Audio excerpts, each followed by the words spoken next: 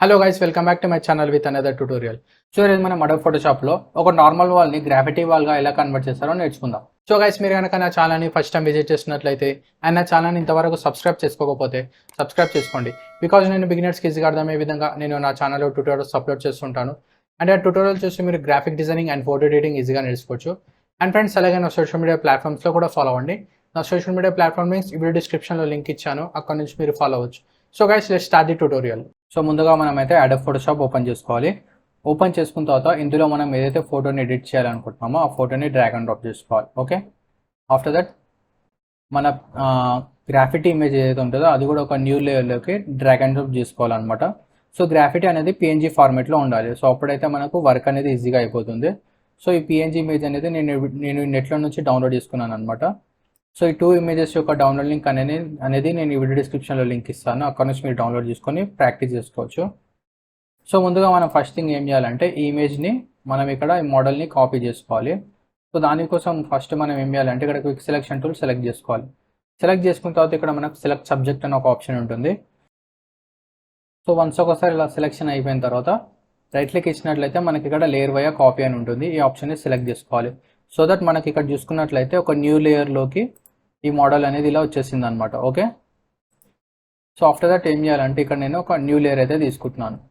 So ఇలా new layer తీసేసుకున్న తర్వాత మనకి ఇక్కడ ఈ ఇమేజ్ ఏదైతే ఉందో దీన్ని మనం కాపీ చేసుకోవాలన్నమాట. సో సెలెక్ట్లోకి వెళ్ళి ఆల్ క్లిక్ చేసుకొని ఎడిట్ కాపీ.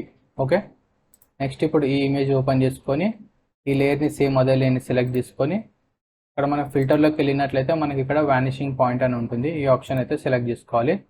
సెలెక్ట్ చేసుకొని ఇక్కడ సెకండ్ టూల్ ఉంది కదా, ఈ టూల్ని అయితే సెలెక్ట్ చేసుకోవాలి. సెలెక్ట్ చేసుకొని మనకి ఇక్కడ ప్యానెల్ని అయితే ఇలా డిజైన్ చేసుకోవాలి. ఓకే, ఇలా డిజైన్ చేసేసుకున్న తర్వాత కీబోర్డ్లో Ctrl+V క్లిక్ చేసుకోవాలి. సో దట్ మనం ఏదైతే కాపీ చేసుకున్నామో అది ఇక్కడ మనకు పేస్ట్ అయిపోతుంది అనమాట. ఆఫ్టర్ దట్ కీబోర్డ్లో Ctrl+T క్లిక్ చేసుకొని దీన్ని మనకు కావాల్సిన విధంగా సైజ్ అనేది ఇంక్రీజ్ అండ్ డిక్రీజ్ చేసుకోవచ్చు. అండ్ మీకు కావాల్సిన ప్లేస్లో కూడా ఇలా ప్లేస్మెంట్ చేసుకోవచ్చు. సో వన్స్ ఒకసారి ఇలా ప్లేస్ చేసేసుకున్న తర్వాత మనం ఇక్కడ ఓకే పైన క్లిక్ చేసుకోవాలి. సో చూసుకున్నట్లయితే మనకి ఇక్కడ ఈ లేయర్ మాస్క్ పైన ఆ పిఎన్జీ ఇమేజ్ అనేది అప్లై అయిపోయింది. సో ఇక్కడ మనం చూసుకున్నట్లయితే అంత రియలిస్టిక్గా లేదు. సో ఇది ఒక ప్యాచ్ లాగా అయితే మనకు కనిపిస్తుంది. సో ఇప్పుడు దీన్ని మనం రియలిస్టిక్గా చేసుకోవడానికి ఏం చేయొచ్చు అంటే ఈ లేయర్ని సెలెక్ట్ చేసుకొని రైట్ క్లిక్ ఇచ్చి బ్లెండింగ్ ఆప్షన్స్ అని ఉంది కదా, ఈ ఆప్షన్స్లోకి వెళ్ళాలి. వెళ్ళిన తర్వాత మనం ఇక్కడ చూసుకున్నట్లయితే ఇక్కడ మనకు ఈ ఆప్షన్స్ ఉంటాయి అన్నమాట. సో ఇక్కడ కీబోర్డ్లో ఆల్ట్ పట్టుకొని ఇక్కడ కార్నర్ని క్లిక్ చేసుకొని ఇలా లెఫ్ట్కి అయితే డ్రాగ్ చేసుకోవాలి. సో మనం ఇలా డ్రాగ్ చేసుకున్నట్లయితే మీరు ఇక్కడ చూసుకున్నట్లయితే ఇక్కడ మనకి ఇది ట్రాన్స్పరెంట్ అయిపోతుంది. సో అది డిజాల్వ్ అయిపోతుంది అనమాట గోడలోకి. సో ఆ విధంగా ఎంత డిజాల్వ్ కావాలో అంత డిజాల్వ్ అయ్యేంత వరకు పెట్టేసుకోవాలి మనం.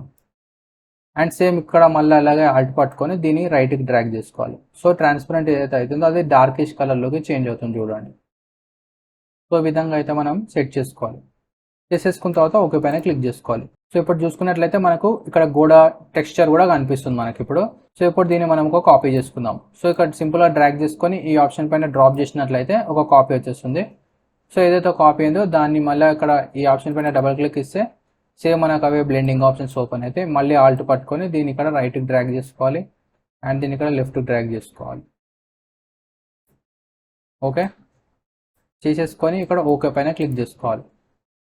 సో ఇప్పుడు మనం చూసుకున్నట్లయితే ఇంకొక న్యూ లేయర్ యాడ్ చేసాం కాబట్టి ఇంకొంచెం డార్కిష్ కలర్లో కనిపిస్తుంది. అండ్ ఇంకొంచెం రియలిస్టిక్గా చేసుకోవడానికి ఏదైతే మనం ఇప్పుడు లేయర్ ఎడిట్ చేసుకున్నామో సో అదే లేయర్ని సెలెక్ట్ చేసుకొని ఇక్కడ బ్లెండింగ్ ఆప్షన్స్లోకి వెళ్ళి ఇక్కడ నుంచి మనకు హార్డ్ లైట్ అని ఉంది కదా, ఈ ఆప్షన్ అయితే సెలెక్షన్ చేసుకోవాలి.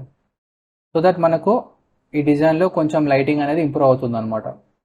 సో ఇప్పుడు మనం జూమ్ చేసుకొని చూసుకున్నట్లయితే ఇంకా కంప్లీట్గా రియలిస్టిక్గా కనిపిస్తుంది అనమాట. సో ఈ లైటింగ్ అనేది కూడా కంప్లీట్గా అప్లై అవుతుంది. ఇక్కడ ఇక్కడ షాడో వచ్చింది కాబట్టి ఇక్కడ మనకి టెక్స్చర్ అనేది కనిపించట్లేదు. సో మీరు ఇక్కడ చూసుకున్నట్లయితే లైటింగ్ ఉంది కాబట్టి ఈ టెక్స్చర్ అనేది ఈచ్ అండ్ ఎవ్రీ పార్ట్లో నీట్గా కనిపిస్తుంది. సో ఇక్కడ మనకు గోడల మధ్య డెప్త్ ఉండడం వల్ల ఇక్కడ షాడో ఏదైతే క్రియేట్ అయిందో సో సేమ్ అదే షాడో ఎఫెక్ట్ అనేది ఇక్కడ కూడా ఫాలో అయిపోయింది చూడండి.